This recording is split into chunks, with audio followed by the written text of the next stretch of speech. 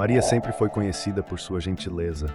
Era o tipo de pessoa que nunca dizia não, mesmo quando sabia que aquilo ia prejudicá-la. Ela acreditava que ser gentil significava agradar a todos, mesmo que isso significasse passar por cima de suas próprias necessidades. Mas no fundo, Maria sentia uma inquietação constante, como se algo estivesse errado em sua abordagem. Um dia, durante o almoço de trabalho, um colega pediu que ela revisasse um relatório enorme de última hora. Mesmo com prazos apertados para suas próprias tarefas, Maria sorriu, disse claro e passou horas extras resolvendo o problema.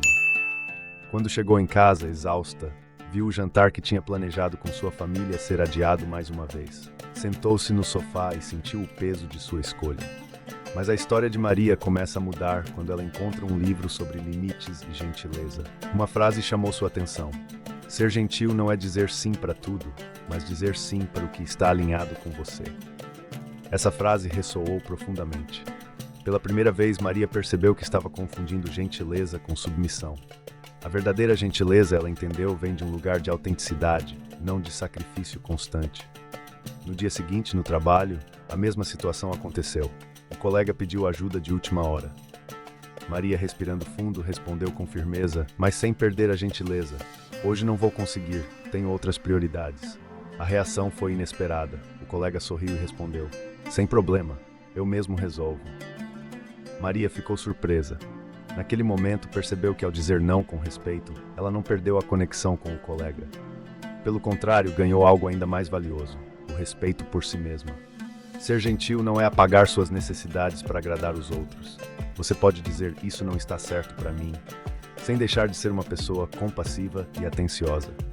Aliás, essa é uma das maiores demonstrações de respeito, ser honesto consigo mesmo e com os outros.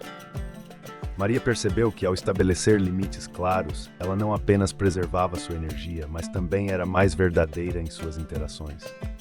A gentileza genuína vem do equilíbrio. Um equilíbrio que nos permite cuidar dos outros sem abandonar a nós mesmos. Agora, sempre que enfrenta uma situação que exige um não, Maria lembra, eu posso ser gentil e firme ao mesmo tempo. Essa pequena mudança transformou sua vida. Ela não é mais escrava da aprovação dos outros e finalmente sente a leveza de viver com autenticidade. E você? Está confundindo gentileza com ser capacho? Lembre-se, ser gentil é um ato de coragem e dizer não quando necessário é uma das maiores demonstrações de amor próprio. Maria percebeu que, ao dizer não de maneira gentil e assertiva, estava ensinando os outros a respeitarem suas prioridades. Ela não precisava se sentir culpada. E sabe o que foi mais surpreendente? As pessoas não se afastaram. Pelo contrário, começaram a valorizar ainda mais quando ela dizia sim.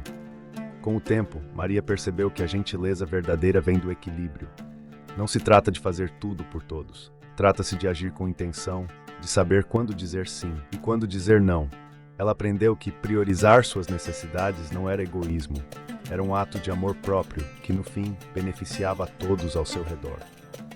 No aniversário de uma amiga, enquanto brindavam com um copo de vinho, Maria disse algo que ficou marcado em todos que ouviram. Ser gentil não é dizer sim para tudo, é saber o que vale a pena para você e para os outros. Hoje, Maria não carrega mais o peso de agradar o mundo inteiro. Ela aprendeu a ser gentil consigo mesma, e essa gentileza refletiu em cada aspecto de sua vida. Afinal, como ela mesma gosta de repetir agora, quando você respeita seus limites, ensina o mundo a respeitar também. E você? Quantas vezes disse sim para agradar, mas sentiu que estava se ferindo no processo? Quantas vezes esqueceu que a pessoa mais importante para quem você deve ser gentil é você mesmo? Inscreva-se no canal para mais reflexões como essa e compartilhe com quem precisa ouvir essa mensagem.